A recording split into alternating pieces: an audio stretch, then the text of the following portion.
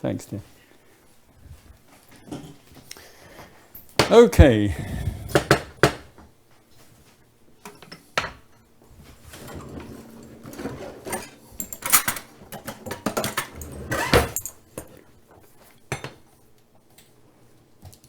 There we go. So this is a really good portion, and this is the portion size that I'm recommending to you. It's a pretty small dish. There's something about, it's called satiety. And satiety means you're satisfied when you've eaten something.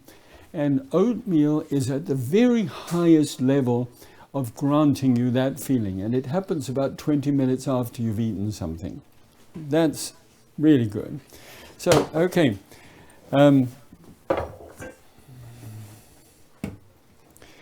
Now, over here. Sorry, giving you the runaround. You can put banana in there if you will. And also, if you're really addicted to a sweet tooth, just a little sprinkling, about a teaspoonful of sugar on the top.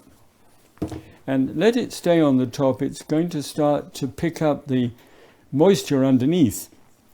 And it will start to be really, really fun to be able to spread that out and have a little bit of extra. Okay. I got them in. Thanks. Good. All right, let's have a look at this.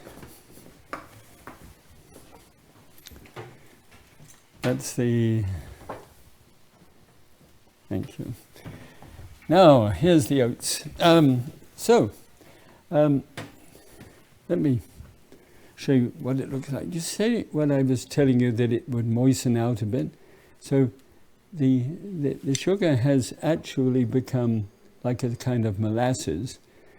And what I normally do is I sort of spread it out to the outside like that.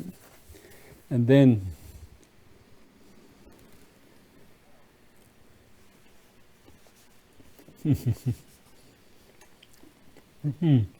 this is how I start my day. In weather like this, at the moment, it is. I'm so familiar with this now, and I am a Scot, so let's face it. This is kind of cultural. So, and with the antioxidants in it as well, this is really good food. Let me show you what this looks like. The quantity that I've done there would be 450 calories, and done in this way, it's 277.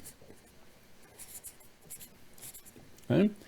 And it's 41 grams of carbohydrate, so I've actually got less on the carbohydrate thing, and 6 grams of fiber, so you can take 6 off 46, and 10 grams of fat, and 2 grams of saturated fat, and 56, I didn't tell you, I didn't do it, and I should have done it. There's just a little bit of freshly ground salt that goes in there as well, and it helps to lift the oats perfectly. So all the way around, when I'm starting my day off with a good bowl of that, I find that it takes me right the way through to lunch, about 12:30. And at 12:30, I can feel like I would like to eat something, and I have a smaller sandwich that I do there and a piece of fruit alongside it. Small sandwich, 60 calories, a sliced bread, and I have sliced turkey and some pepper jack cheese, that sort of thing, and a little mango chutney in it. And I've got some sweet potato slices as chips. And I put those into the sandwich as well, so I get a crunch out of the sandwich. So, yes, dear. Graham, White Wolf Ranger would be interested to know what food would you recommend cooking for somebody with high cholesterol and a fatty liver? And a fatty liver, okay. Can I ask age? We don't know. That's okay. Don't worry. My beloved as I told you, I had a 365 cholesterol. So all the time I was concerned about this one. My concern is for you twofold. One, I'd love you to be able to get as many servings of fruit and vegetables per day. And I put it the other way around, vegetables and fruit. I have a list, if you would like to send for this list, it's called Partners in Purpose, and it lists all of the fruit and vegetables which would be useful to you to be able to consume. And then you'd be able to go down that list and check off the ones that you personally enjoy, because I don't want you to have to sit down and eat something you don't enjoy.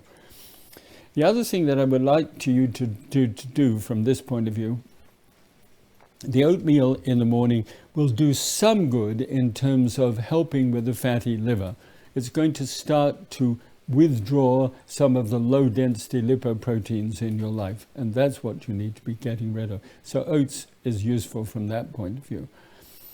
Then it's going to be a question of squeezing certain things. Anything with actual saturated fat in. This is why with all of the 78 programs I've just done with Twitch here, every one of those I look very carefully at the amount of fat that there is in those things. By reducing especially saturated fat quite heavily, it means that you are going to have smaller and smaller portions of meat, so that you may not actually consume more than 4 ounces of meat in any one day. I don't know whether you have, bacon for breakfast and something for lunch and then an evening meal. But when you collect the whole lot together, it's about 3.5 to 4 ounces per day. That's about max. And that means that you're going to miss sometimes, the big pork chop and things like that is a problem. And you're going to miss that unless you can really value the input of these vegetables in their place. Because every single ounce of insoluble fiber that you consume, which vegetables and plant foods are full of, all of that is going to start dragging down the amount of cholesterol in your system. We dropped Trina's 365 cholesterol by 200 points on lifestyle-related issues only. That's before any kind of, medication was added to her. Medication is necessary for some people with very high cholesterol levels, and it shouldn't be taken as some kind of personal moral failure that you're not eating the right things.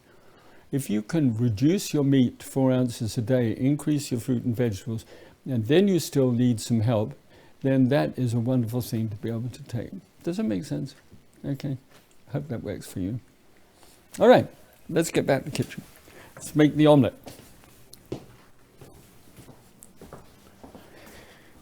Okay, so that is that.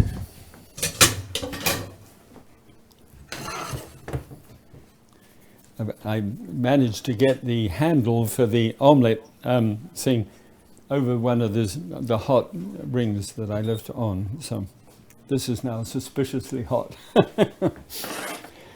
Okay, let's have a look at the omelette. Omelette cannot be achieved without eggs. And I wanted to be able to look at eggs here and come up with a couple of suggestions.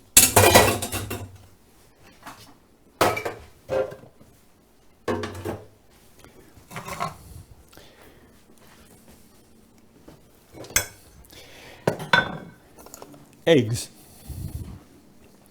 Not all eggs are created equal. In this case, this is a brown shelled egg. That's because it's fed, materials which produce brown shells. It doesn't necessarily make it more nutritious, but it just feels like it. This one comes out of a friend's garden and is only about 5 days old. And these two are duck eggs. I don't know if you've ever seen a duck egg, but isn't that cute? It has a light sage color to it. Wonderful. So what I wanted to do was to compare these two. The regular store-bought, the nice looking brown one, and then my friend's one. Okay, so let's come down here. I don't need this anymore. All that.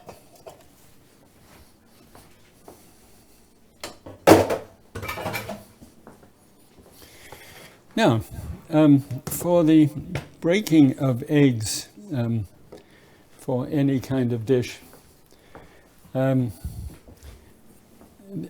don't know whether you've noticed this, for an omelette it doesn't much matter if you break an egg.